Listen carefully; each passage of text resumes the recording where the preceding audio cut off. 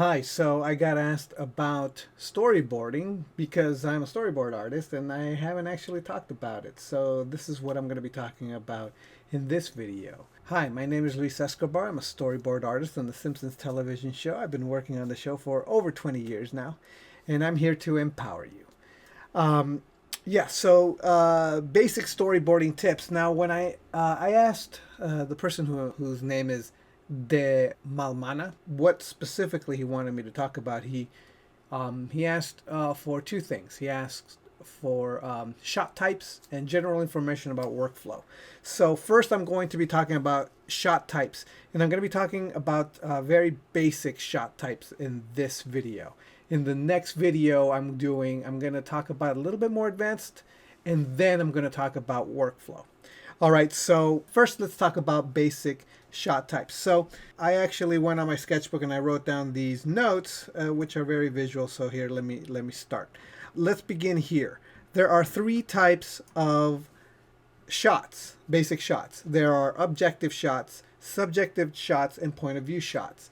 Objective shots are shots where you are separated from what's going on screen. So you are meant to be the observer, like if you were in a theater and you were watching the stage. Okay, a subjective shot is more of a shot where you're supposed to feel a little bit more like you're in the room with the person. You're standing next to the person. You are involved in the circumstances or what's going on in the shot. In the point of view shot is you're viewing things from the point of view of the character, or sometimes from your own personal point of view, the audience's point of view. But more often than not, you're actually seeing things from the character's point of view. All right. So those are the three types of shots that are involved. Now, there's this book called Directing the Story, which is a really good book. I recommend you read through it. It'll give you a lot of really good tips about directing and storyboarding and things like this. So, but one of the things that this book says, and this book is specifically catered to film animation, movie animation. In television, we do things a little bit different than this, but this is still a good book. It has a lot of good tips. I recommend you pick it up. One of the things that the book says is that every shot is a close-up. But what they mean by that is that every shot is there to show you the information that you want the audience to see. So that's my next we're going to be talking about here. The emotion or clarity of the information you want to direct the audience to dictates the type of shot you use. So the shots I'm going to be talking about, you use when you know the answer to the specific question. What is the emotion you want to get to, and what information do you want to convey to the audience? What is the best way? What is the best shot to use to convey that information to the audience? To convey the emotion and to convey the clarity, the direction. What are you zooming in on? What is the close-up? What is what you want? What is it that you want people to focus on when you show them that shot? The reason that a director is called a director, and which is the reason why I drew a little director here, is because a director directs the eye to what you want them to see. So the first thing I'm going to talk about is an establishing shot. And an establishing shot is an objective shot. This particular shot establishes where a particular group of scenes take place. Can also be used to show time has passed. So, for example, let's say that our group of scenes is going to take place in an apartment. So then we show the apartment from the outside, so the audience knows this is where the shot's going to be. Usually you see this in sitcoms. You have a shot of the street or the shot of the building, but it's not necessarily always the case. If takes place outside, you'll see the park. The forest, you usually see the mountains and things like that. So this is where it's going to take place. This is an establishing shot. It establishes for the audience where things are going to take place. And again, sometimes we cut away to back to an establishing shot just to show that it's nighttime or daytime or the next day or whatever it is. So it's helpful sometimes to use it to show that time has passed. And then we've got a master shot. Like a master shot is similar to an establishing shot. So these can also be establishing shots. The idea is to create an ideal shot where the whole scene could be played out without any cuts, like a play. From here you may cut to other types of shots, then come back to the master when needed. So let's say that this is the interior of the apartment, and again, this is more of an objective shot.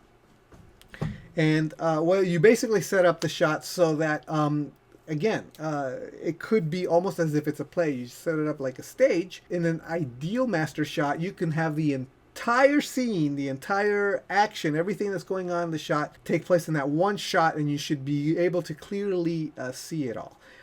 It's not the best way to shoot something. It can become dull if you don't do that, and sometimes you would need to go in and out, but ideally that's what a master shot is, and it's also an establishing shot as well.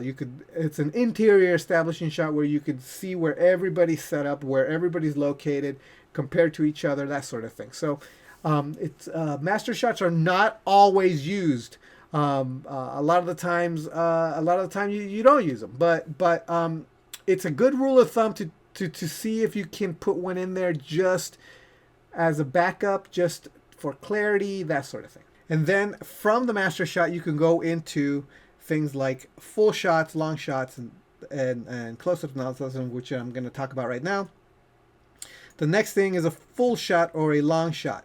Used when a character's full body acting needs to be seen, which is, again, the close-up. What is the close-up of?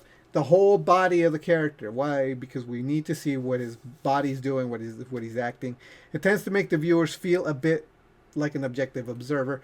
So yeah, pulling out, seeing what they're doing, because we need to clearly see what it is that they're doing.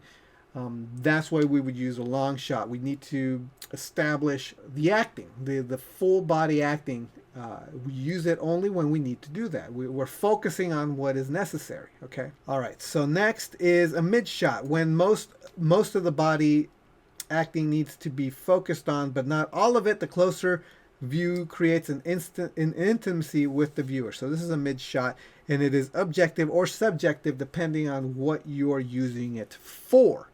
And again, it's a little bit tighter because we don't need to see the feet this time. For whatever reason, we'll have to focus a little bit higher up, but not completely, but not too close. So again, it's completely subjective for whatever emotional reason, whatever clarity reason you're using it for. Next is a close-up. Here, you direct the viewer to a specific thing. It doesn't have to be a face. It could be a prop. The viewer can't miss what you want them to see. So the entire point of a close-up is to hone in on exactly the thing that you want them to see specifically. Like if you wanted people to see this thing, here's the close-up of the thing, you know. If you want them to see a facial expression, that sort of thing. You want the close-up to point the most clear way possible to the object that you want people to see. And again, everything is really, in a way, a close-up, which is you are honing in on everything that you want the audience to see. Okay. But this is specifically a close-up. A close-up is when you're really tight on something, and it's and again, this is subjective or even a POV shot. The close-up is subjective or a POV. You can use it as a point of view shot to show what the character in the shot is looking at, and it does feel more subjective, like you're in the room because you're really close to that person.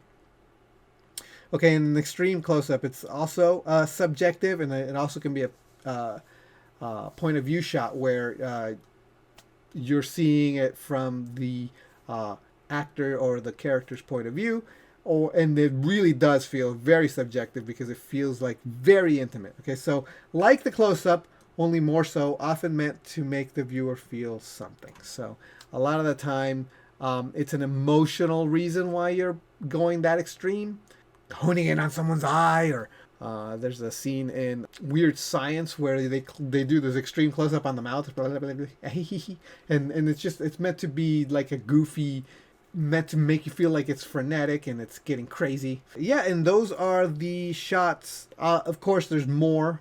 I will explain those are the shots next time. This time around, these are basic shots that we use. I hope this has been helpful. And again, the entire point of any of these shots is to clarify the information that you want the audience to see. For emotional reasons or just for clarity reasons, you're directing the eye to what is necessary. I hope this has been helpful. I hope this has been useful and informative. If you found this video valuable, I would like to encourage you to return value for value by becoming one of my patrons over on Patreon. Not only will you encourage me to continue making informative videos that are useful to you, but you get extra perks too. For only a small investment of $1 a month, you can get all new videos I create months before anyone else gets to see it. Also, if you have any questions you'd like me to answer as a patron, you get priority and I answer your questions first. On top of that, when you're a patron at any level, you become part of a raffle where I send original art via mail to the winner of that month.